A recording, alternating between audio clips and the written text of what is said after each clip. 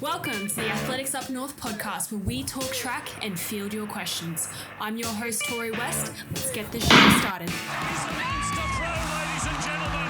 Jared Bannister away, Freeman out well. A magnificent performance. What a legend. What a champion.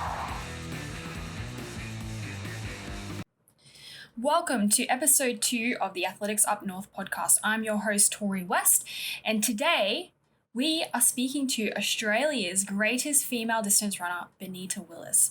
She is a 3-time national champion in the 5,000 metre, who currently holds over 10 national and/or Oceania records from distances ranging from the 2,000 to the marathon. In 2004, she achieved what is arguably one of the greatest victories in Australian athletics, winning the World Cross Country Championships, the hardest race in the world. Sit back, relax, or run, or do whatever you're doing right now and enjoy our chat with running royalty, Benita Willis. Thanks for joining me today on the podcast. So the name of this podcast is Athletics Up North. So we talk track and we field questions. And we did a little intro video for it. And you're actually in the intro video because you're from Mackay, which is in North Queensland. So tell us, for people who may not know who you are, please explain, who is Benita and why are you such a big deal? I grew up in Mackay. Thanks, Tori. I grew up in Mackay, and I think for me, like growing up there, sport was something that we just loved to do. And I grew up playing heaps of sports. I did some running, but I didn't train heaps just for running. And I just enjoyed backyard sport too, with my brothers and my sister, and like massive competitive games that were always finishing when it was too dark to see the ball anymore when we were playing ball sports, or mum was yelling out to us to come in for dinner. And I think since growing up in North Queensland, like you get to do everything. It's really nice weather, so you're always outside. And I think that created like a really good base level of fitness. And I knew that I really wanted to go on and do something in sport. But I think most of my friends just went to uni after year 12, and I was kind of thinking that's what I was going to do. But I'd won a few national titles for running in the 8 and 15, and also made a few Australian hockey teams as well by year 12 in the underage hockey teams. So I was showing heaps of promise with sport, but I guess, most of my mates just went to uni. So I was kind of thinking I'll just do that because I was never thinking I was going to be in the Olympics or anything. And then, in those days I had an AIS scholarship. So I got offered one of them and went to Canberra, and I still did uni, but I did a lot more training, and a lot more training than I did when I was in Mackay, and I just gradually got better. And it wasn't like overnight, it was like over quite a few years. I made the Sydney Olympics. I was only 20 in the Sydney Olympics, and I actually was training for hockey at the same time, and I kind of had to get rid of the hockey to make way for running and making sure that I was just focused on one sport. So our hockey roos ended up winning the gold medal at Sydney Olympics, and most of those girls I'd played in Australian underage teams with. And I even remember at the closing ceremony in the Sydney Olympics, like some of those girls, they were kind of marching into the stadium going to me, "Oh, Benita, wouldn't you rather have the gold medal?" And I was kind of like, well, no, because I was just pumped to be involved in running, and I did the 5K there. And Sydney Olympics was probably my best result at the Olympics. So I went to 4 Olympics, but Sydney, I just missed the final in the 5K, but led a lot of laps, and it was just crazy noise. And it was a really fond memory, and something that my family could come to as well. And they never came overseas to watch me run, but they did at Sydney Olympics and Melbourne Com Games. So I went on to 4 Olympics. I've set 11 current national records. One of them's an Oceania record in the marathon. I've got 4 medals at the World Championship level. So I've won the World Cross Country before, which is something that Australia's never had a medal in that before, and I won it in 2004, and I'm the last non-African winner of that big event. So that was probably the biggest thing I've done in my career. But other highlights would be getting a bronze medal at the World Half Marathon Champs, and a few other medals at World Cross Country in the teams races. But also a lot of big road races I've won overseas and cross countries would be something that I'll always remember. And you kind of, at the time, you take it for granted, but when you kind of look back at your career, it did span for a long time, and I was very fortunate to have a long-standing career as a distance runner. Yeah, it's incredible. I feel like I'm kind of talking to royalty in terms of No. athletic performance and stuff. And to be honest, growing up, I didn't know in athletics, I didn't quite know a lot about what you did and who you were, because sometimes because in athletics, you've got out of stadium and distance, and then you've got the track and field side of things. And sometimes it's hard to, like, you're not quite aware of, what actually goes on outside of the actual athletics track. And so when I learned about what you've done and everyone sent me like your world record, I was like, holy moly, like that's a lot of, like, that's substantial, like what you have done. And I also read that when you set those records, it wasn't necessarily your goal. It just happened because that was a byproduct of the performance. So obviously you've got high performance mentality and approach like squared away. Like, would you say your event is a lot of it, well, being successful in it is psychological, like going into those events? Oh yeah, like I think you've got to be able to do the training and make the teams and be there on the start line. But I think when you're on the start line in the Olympics, in the World Champs, in the World Cross Country, World Half Marathon, World Indoors, things like that, like anyone can win at that top level. But any one of a few people. But I think it is very psychological. And there's a lot of people that, race very well in their own countries, or when they're very comfortable with where they are, and then you put them in a big championship event or a race that's in a foreign country. They might be a little bit kind of, I don't really feel like I've got all my family and friends around. I don't really like the food. Like people can lose it quite quickly. So, you've got to be very strong mentally. You've got to be resilient, and you can't just expect everything to go your way. So I think some of my biggest successes were when I wasn't expected to win. I was the underdog, and I kind of wanted to prove people wrong, and kind of just use that to my advantage, rather than kind of have a few bad performances and feeling sorry for yourself and just getting worse. I think a great athlete is someone that comes back from defeats and bad races to be better than they have before. And that's what I did a lot in my career. That's really, really inspiring to hear. So going back to the Sydney Olympics, and you said a lot of the girls in the hockey team you used to play with, how did you choose athletics or distance running over hockey? Like what made you go in that direction? I think I was probably a better hockey player going through high school, because hockey is a really big sport. As you know, like in country areas, and in Mackay, soccer and hockey were massive, a lot more popular than athletics.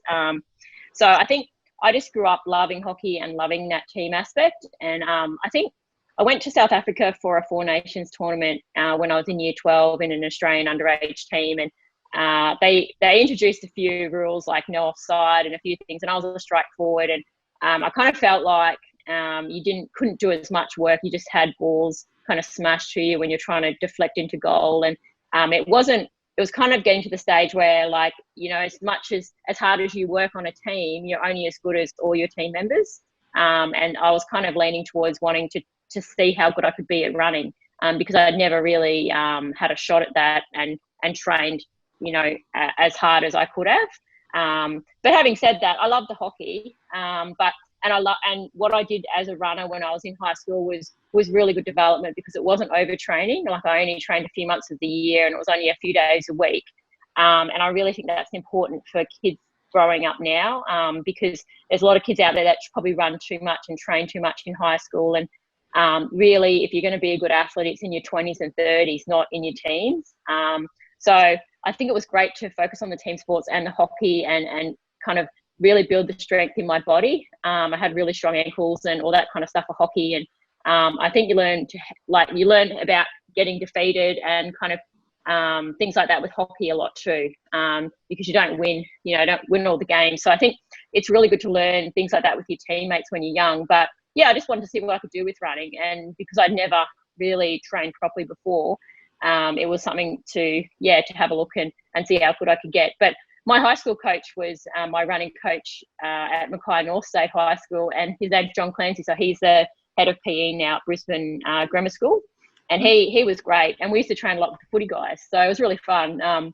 But yeah, like some people used to break their arms at training sometimes because we do training with the hit up mats as well. So I think we used to do a lot of fun stuff, but like, and a lot of normal training too, but not like really hard, like high volume stuff. Like my long run used to be 20 minutes on the beach. So I think that development was really good. But then, you know, getting past year 12, it's like, well, what do you really want to do and how good do you think you can get? So it was just about, you know, doing something else and doing uni at the same time and then just kind of seeing where I could go. But with the hockey, I felt, you know, I'd improved a lot, but I just wanted to see with the running where I could get to. And yeah, I made that choice. I still have a lot of friends in hockey.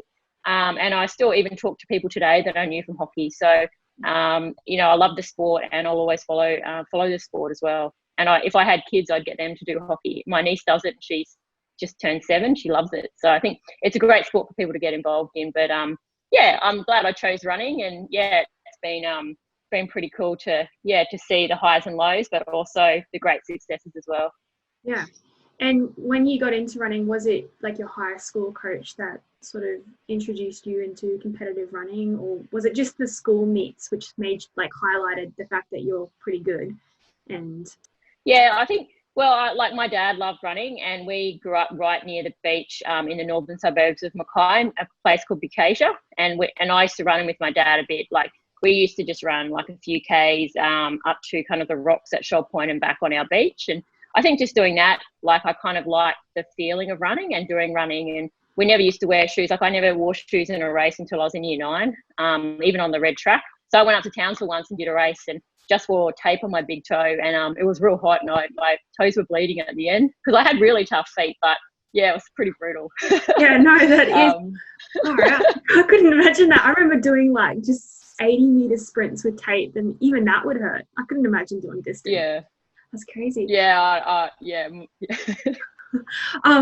Wow. Well, do you rate like beach running, like for people just doing like general running just to mix things up, like running on the beach? Yeah, well, so my beach in Mackay was great because at low tide the sand was really hard, so it's like running on almost flat dirt. But a lot of the beaches, like I live on the Gold Coast now, and a lot of the beaches down here, like you hardly ever get that hard sand. It's more, the real soft sand that the surf lifesavers run on. And that kind of running is very, very different to normal distance running. So I wouldn't tell people to train on that sort of surface because I think it creates too much stress kind of on some of the tendons in your shin, and it can be a bit of a problem. And you have a lot of different like foot placements and stuff. But for fun, like we used to do sand hills when we were kids, and Mackay has heaps of good sand hills, and our beach did as well. So I think for fun, and it's good training for this time of year when everyone's in isolation. So doing something a bit different. But when you're training really hard for something, if you're training for a road race, I wouldn't recommend beach running. But it's fine to do if the sand's really hard. But it was funny because like I used to love running with my dad, and I actually did 800 in year 5. So when I was 10, and I made the nationals, I came second at state titles, and our mum said, "Oh, you may as well go to nationals because you might never make it again." So it was pretty funny. So I went to nationals, and that's when I did first race of like running on those red tracks was when I was in year 5. But then I didn't really do much running again until about year 9. So I just did heaps more hockey because I just like the team sports better. So I think it's really important that you don't push kids into doing things. They just let them do what they want to do, and that's really what I did growing up. Yeah, that's cool. Now you're still very heavily involved in athletics. So what do you do now? Do you I know you coordinate a lot. You're like the head person for Q Run in Queensland. Do you do like coaching as well? Like what's the extent of what you do? Because I feel like you do a lot.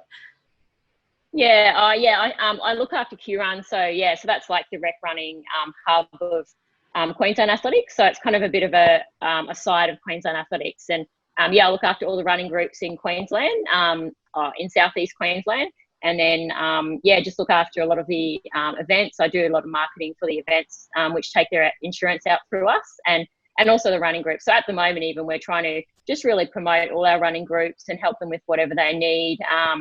And things like that. So it's a really good thing. We've got a really big membership with Q Run, and I think we do a really good job to look after our community. So it's just about building up the running within the community, the friendships, social networks, and and also trying to make the running experience better for people. And I think, we've got so many great events here.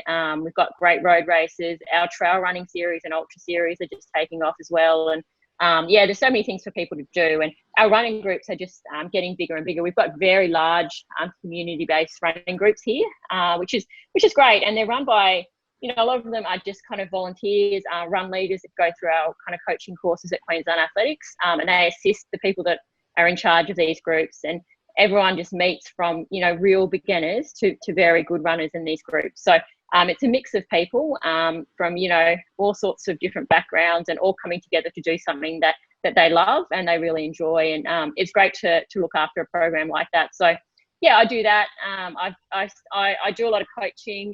So I had an online coaching business when I lived in America. So just before I moved back to Australia, I was living in Boulder in Colorado. So I had quite a big coaching business there, and I'm still coaching a lot of people online, but I've just launched a business here called Lace Up Running. And so that's going to be like some groups based on the Gold Coast, but also a lot of online coaching as well. And yeah, we've only just launched it in the last month or so, and we're getting, a lot of interest, but we've put on a lot of it's called the Lace Up Running ISO series. So it's like challenges for this isolation time for people. So each week, starting this week, we've got different little challenges, just to help out the running community, but also to help out like our small businesses around the place. So we've got a business sponsoring each event, and this week's 5K. Then we're going to have, the furthest run in a week. We're going to have a fancy dress run, how far you can run in 30 minutes, and an elevation gain challenge as well, and an overall challenge. So that'll get free coaching from me for a year, whoever wins the series. So we're doing that little series at the moment, and that's been really good. I'm on the World Athletics Athlete Commission and also the Oceania Athlete Commission as well. So we kind of meet, World Athletics one, we've got a meeting at 3 o'clock in the morning on Friday, because I get pretty bad time zones. Yeah. So they're usually at night in Europe, the meetings, which means it's very early in the morning here. So yeah, there's lots of different things going on at the moment. And as you know, Tori, as well, like there's lots going on in athletics, and World Athletics are trying to make, make the best out of a really tough situation for the athletes. So yeah, so they're consulting with the Athlete Commission a fair bit, but so doing that. But I've also, also do a lot of public speaking and coaching at schools, but probably the main things are the Q Run stuff and also my business as well. That's awesome.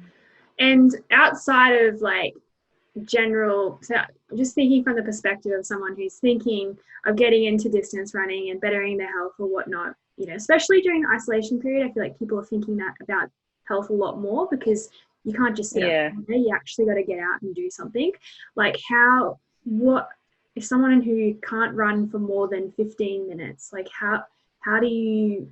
what sort of basic guideline or plan do you set for them? What's some tips you can give to get into running and start that process? Yeah, and running's a really hard sport to just start off the bat, having not done it before. So anyone that's like a really new beginner runner, even if you can run 15 minutes, that's a really good start. But it's really good to have a plan. And I think at this time, it is really hard. Like every day, you kind of wake up and you can't do the normal things you're doing. So if you take up a running plan and a running program, I think it's really important to try to get some advice from someone. So it's very hard to write your own plan, but there's lots of free running plans around, and there's a lot of businesses really trying to help people stay motivated and stay fit at this time. But I always say get a bit of a plan going. It's really good to do a bit more strength at the moment, and there's heaps of cool apps. I put some stuff on Q Run as well with some Instagram people that have some good strength exercises, and do a few things that you don't normally have time to do, and kind of write down each day what you're going to do. And it is really important to try to stick to that. There's lots of little little isolation challenges that you could sign up for, and a lot of them are free. So I think pick out a few things you want to do, or even if you see like an event, like I know Brisbane Marathon's a virtual event this year, so it's on the 6th and 7th of June. And so if you see an event, Brisbane Marathon has lots of different distances, and that's one of our events. But if you see an event you'd like to train for even later in the year, sometimes it's good to just kind of mark an event in there and then kind of work back from there. But if you're a runner that is a bit more established and you've maybe picked an event that's been cancelled, I think for those sort of people it's really important not to be training at your 100% capacity at the moment, because it's really important to just realize that the emotional stress of what's happening and all that kind of stuff, that can kind of take you back a notch from your full-on training. I think it's really important to maybe go back to basics with middle distance running and distance running. It's like just going back to building your base and not being race ready at the moment, because there's no races. And so it's like there was always a saying that when I was running, I would always say, whatever happens in November, no one will remember. And it's just about like, if you're fit in November, there's no point, because for distance running, all the big races are, March, April, May, June, July, August, like the next year. And at the moment now, if you're really fit now, there's nothing, there's no big races on. So it's really important to keep like a really good fitness level up, but you don't want to be like firing fitness and doing those really, really specific fitness type sessions. But I think it's also really good, like if you're going back to beginners, and even if you're quite an established runner, to share what you're doing with your family and friends. Share your runs on social media or join Strava. Doing stuff that's interacting with the running community is a really cool thing, because I think you need that support, and it's about staying mentally strong and looking out for your mental health at the moment. And I've seen a lot of runners getting more into nutrition at the moment and cooking more, and that's something that you could do, and get a lot of rest, and just not try to get caught up in thinking about what you can't do, but just think about what you can do. And a lot of people now, they're not driving to and from work, so I mean, I'm working from home, and you have so many hours spare in the day, so it's a pretty cool thing, and get to spend more time with your pets. Some people probably have more kids at home. Yeah. But I think focusing on the positives is really important than thinking about all the negatives and what you can't do. Yeah. And what about your personal training regime now? Like, has it changed much because of the coronavirus, or like what do you do nowadays to keep fit and healthy? Because you obviously still are, so I go through phases. Like when I was running my best, I was probably running between 160 and 200 Ks a week, like week in, week out. And unless I was injured, I would always be, and that's all different sorts of sessions. And but it was a full-time job, and you slept a bit every day, and but nowadays I think I ran like 12K yesterday, but I don't run every day. Like I like doing like strength stuff, or like I like doing sessions that I can watch on TV that I can follow. And I was really into F45 for a while, and I like doing a lot more lifting now than I used to when I was running. And I think as you get older, it's a cool thing to do, is not just be doing one particular exercise. So I just ran 5K this morning. I got a treadmill at home, but I watched I ran watching a virtual kind of run in New York Park, so in Central Park there. So I just ran as if I was running in Central Park. So I like doing just random things, like not just doing boring stuff. Like yesterday I did some hills in Burleigh, and then the day before I think I did a bit of lifting. So I probably only run about 40 Ks a week at the most, maybe sometimes more, sometimes less, but I'm not one of those ex-runners that still runs about the same mileage. Wow. So. Wow. And like, speaking of New York Park, what was your favorite like run to do, like scenery wise, out of all the ones you've done? I used to go, I mean, there's so many good trails in Colorado, and when I lived in Boulder there's just so many amazing trails. Like I always loved running in the mountains, in the higher mountains, and there was a town called Nederland, which was so Boulder's about 1,500 meters above sea level, but Nederland's probably about 3,000 or a lot higher, and there's heaps of cool little trails in there.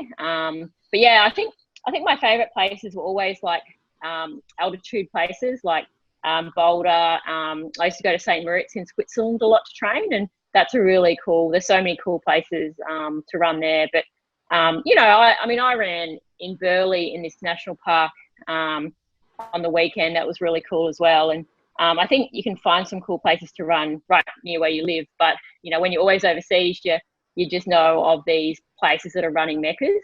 And yeah, I think I'll always think about, my time when I was training overseas. I ran in Bushy Park and Richmond Park a lot when I lived in London, and they're great places to train as well. And they're really big, so there's lots of deer in there, but they don't do anything to you. They just kind of roam around. But they're really big, but you can also do some really hard sessions in there, because the trails are flat and compact dirt. So it's actually really good for specific training. So yeah, I mean, and the Thames Park in London's really good. Oh, there's so many cool places. But I raced a lot in New York and ran in Central Park a lot. And when New York's such a busy place, and I feel for everyone in New York at the moment, because they're going through a tough time with coronavirus. But going into Central Park is always a bit of an escape from the hotels in New York where you have to stay for the races, because there's just people everywhere. It's a crazy place, but like great to run in Central Park. Yeah, I think I'd love to do it one day. I'd love to just visit New York. I think it's a beautiful place. Yeah. Now, if you were sort of like a high level athlete now, like training for the Olympics, and this has all happened, like, I guess I'm asking for advice for myself. How would you mentally go through this? Like, what would be your process? Like, okay, I've got another year. How would you handle it? What would you do? Yeah, and I think initially it's like you'd be disappointed, because like you've got this goal in mind. And I know with the Olympics, I went to four Olympics, and you always knew, years out what you were going to do before the Olympics, and what races you were going to do, and and where you were going to be, and what your plan was. And I think as an athlete, you always have like a plan, and sometimes the plan doesn't work if you get injured or if you have to change things, but like there's never been something not in recent history where this has happened. So I think it's normal to be a bit upset and a bit frustrated, but then like the quicker you move on and kind of reset your plan, and just kind of okay, we know when the date's going to be next year now, and kind of I would be going back to like almost base training, and not kind of like you can't see where you were a month ago, or before, when the IOC was still saying the Olympics was going to be on this year. You can't look at where you were then. You've got to kind of look forward to next year, and with your coach, it's really important to talk to your coach and work out a clear plan. But I would be treating this like a winter phase of training. So like a Australian summer, European winter, where you're kind of just building up, and then anticipate hopefully that there'll be some races on later in the year, because you do need to compete and get back into it. And it's good to have some little races and little things to do in training, or little time trials. But I don't think at the moment, I think it's just like you got to reassess what you're doing, and get over the shock of it, and focus on all the positive things moving forward. And for some people, like that extra year is going to be an advantage as well. So think about it like that, rather than I wish, because you can't change. Like one thing I always learned when I was a runner is that you can't change things. So there's no point in worrying about it. You can't look back. You've got to keep looking forward. But it is really important to talk to people, to talk to people that are positive and like uplifting, and kind of really want to see you succeed.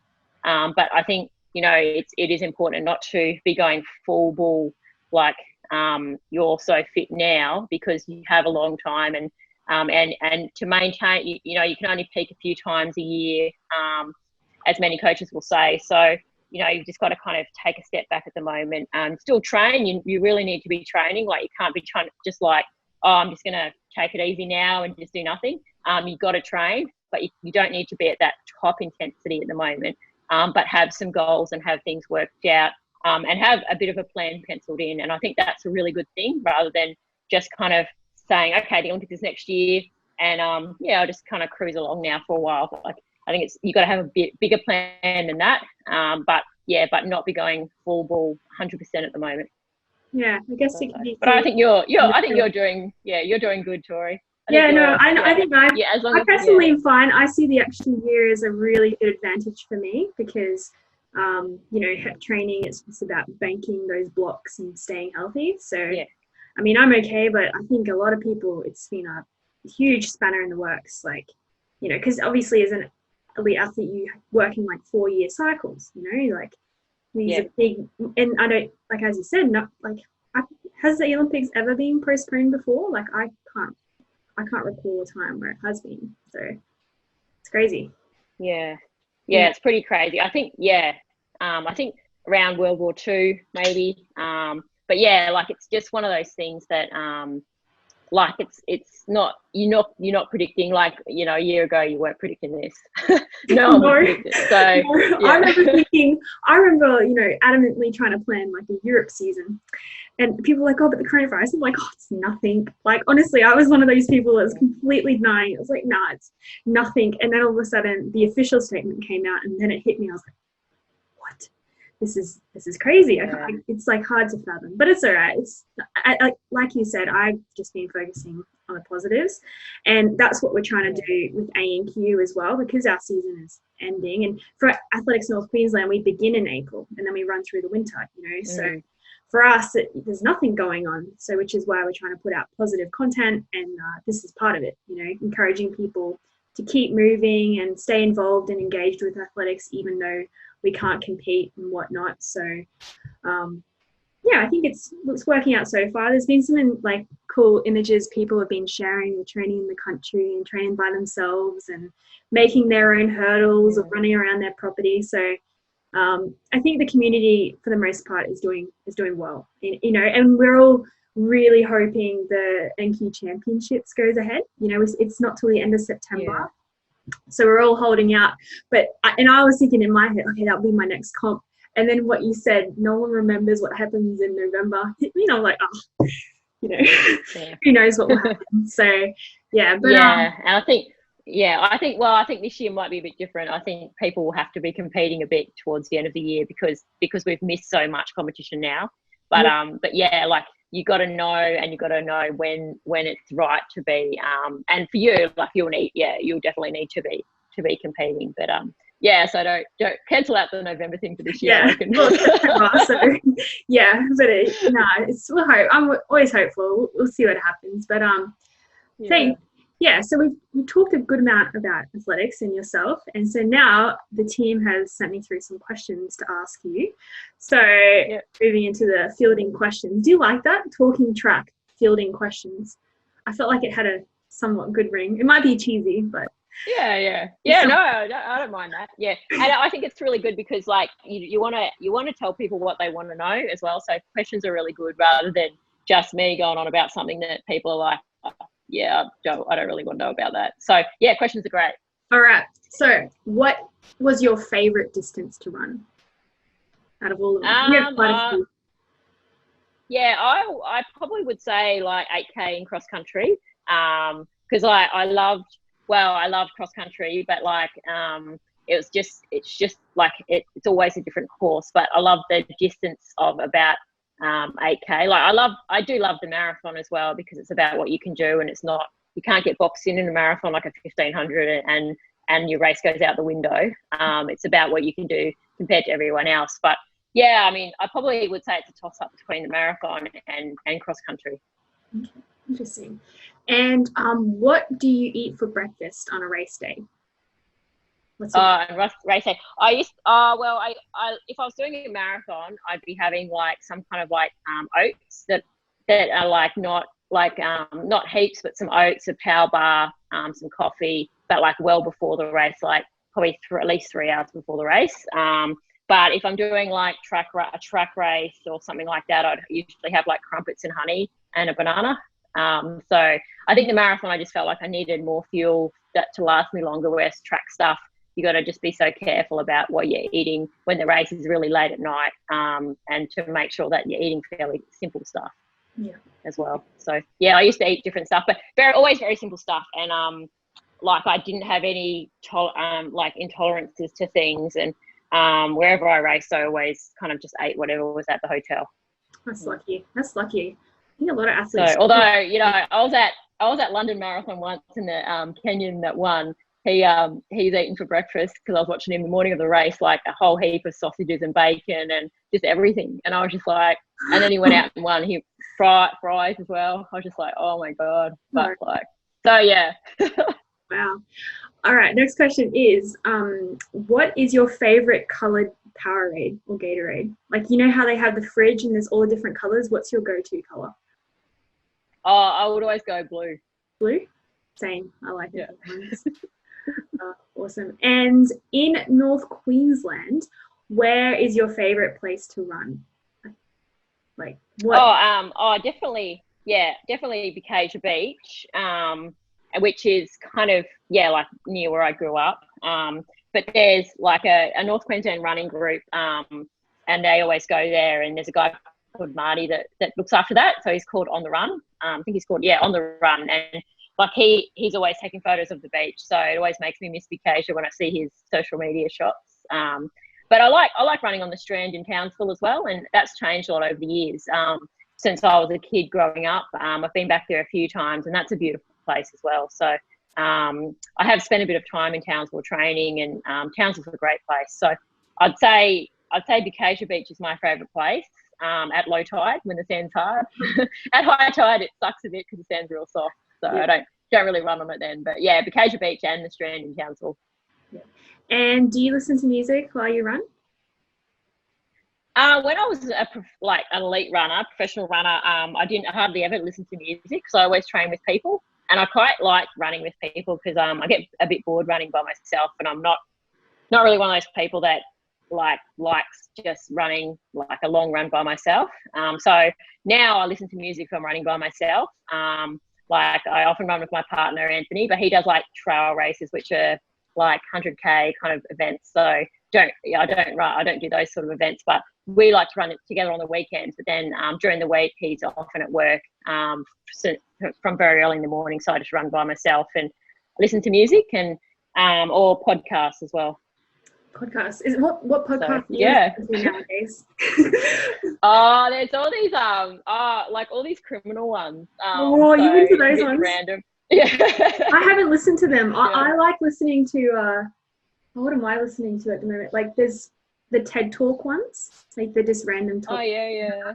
But a lot of people have been telling me about the criminal ones, and I'm tempted to start going down that route, but I don't know. Yeah, they're quite interesting. I mean, I often just listen to music as well.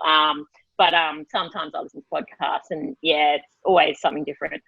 And what sort of running watch do you use for tracking your runs? Oh, I just use a Garmin. But yeah, when I was running, a lot of that technology wasn't really around as much.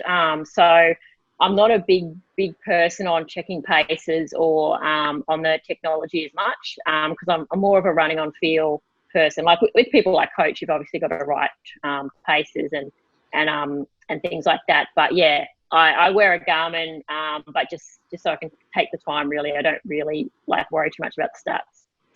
Yeah. And what's your preferred running app then? Is it like running app? Running. Like what running app? Oh yeah. I don't really use. I like the Garmin one. I like Strava, but I'm not really on Strava too much. But I probably got to get on Strava a bit more because we're going to be making heaps of challenges with our Q Run Strava group. So anyone out there that uses Strava, make sure you join our Q Run Strava group, and we're going to have heaps of cool challenges to try and different things set up there. So I would say I'd say Strava now, but yeah, I don't use a lot of running apps.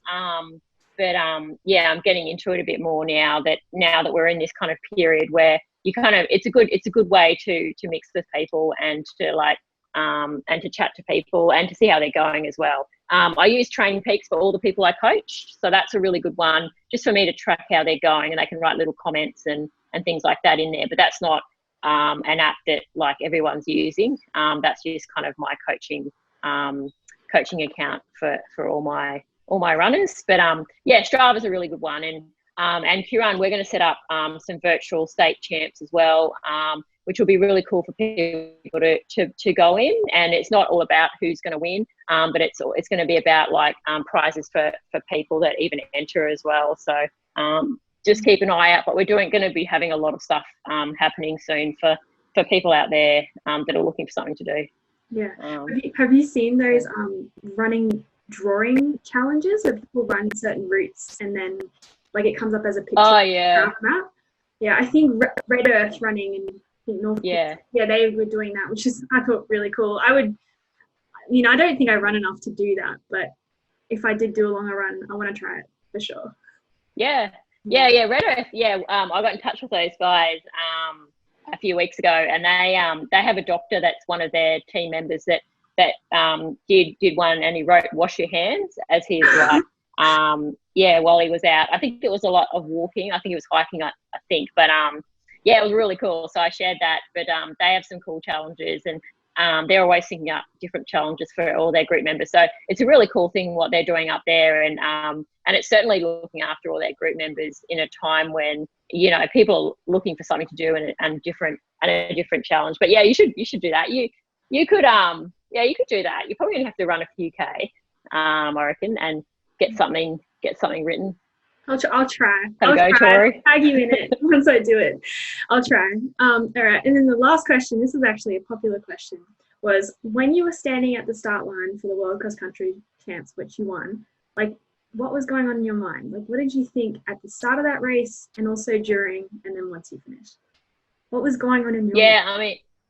It was a really cold day in Brussels in Belgium, and they let everyone, like once you go through the core room, you get put into this area before the start line, and in those cross countries it's like a horse race, so each country has their own barrier, and I was freaking, like I was very nervous. I remember doing a lot of jumping around because it was so cold as well, and you kind of just want the race to start. There's always a few minutes where you just put in this pen waiting to go to the start line before the gun's going to go off. So I think I was just thinking about my race plan and what I was going to do, and thinking about the start, because at World Cross Country you've got to get out fast at the start. Like there's 150 people in the race, and if you have a bad start, it can kind of screw you for later on in the race. So I was kind of going over my race plan.